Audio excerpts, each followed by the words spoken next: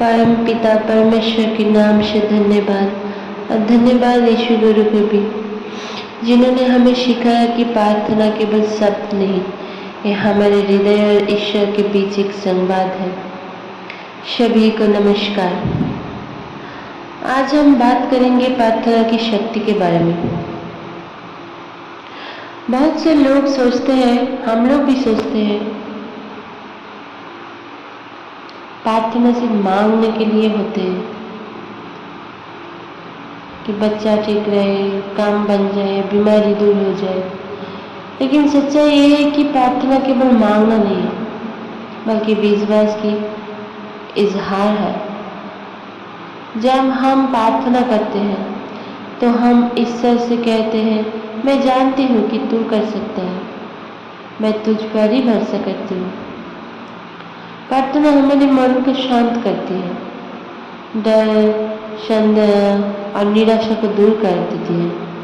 यह हमें और शक्ति देती है जिससे हम अंधकार में भी प्रकाश देख सकते हैं।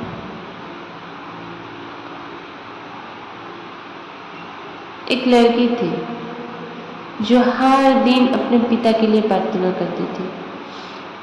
उसके पिता शराब की लत में डूब गए थे और घर का माहौल टूट चुका था।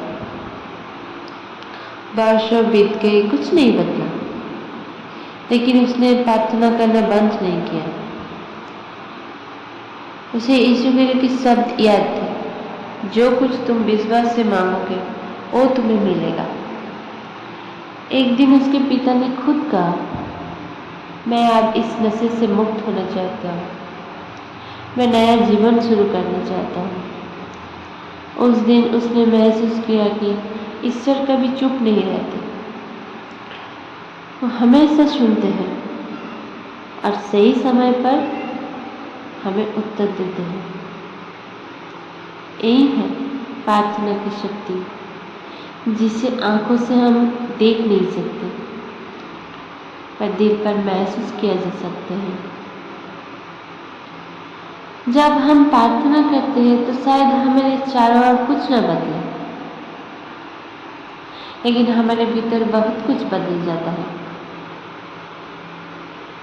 हमारा हृदय कोमल हो जाता है, मन शांत हो जाता है और हम ईश्वर की उपस्थिति को महसूस करने लगते हैं। प्रार्थना एक ऐसा पुल है जो हमारी कमजोरी को ईश्वर की शक्ति से जोड़ देता है।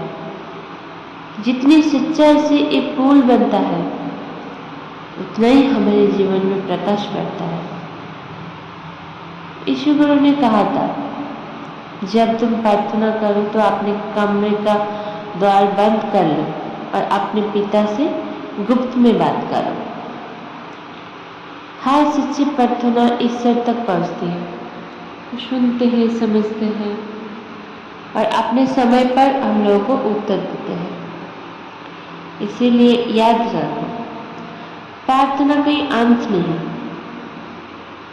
ये तो बस शुरुआत है। तुम्हारी हर प्रार्थना आशीर्वाद बने और परमेश्वर तुम्हारे जीवन को शांति, शक्ति और प्रेम से भर दे। नमस्कार।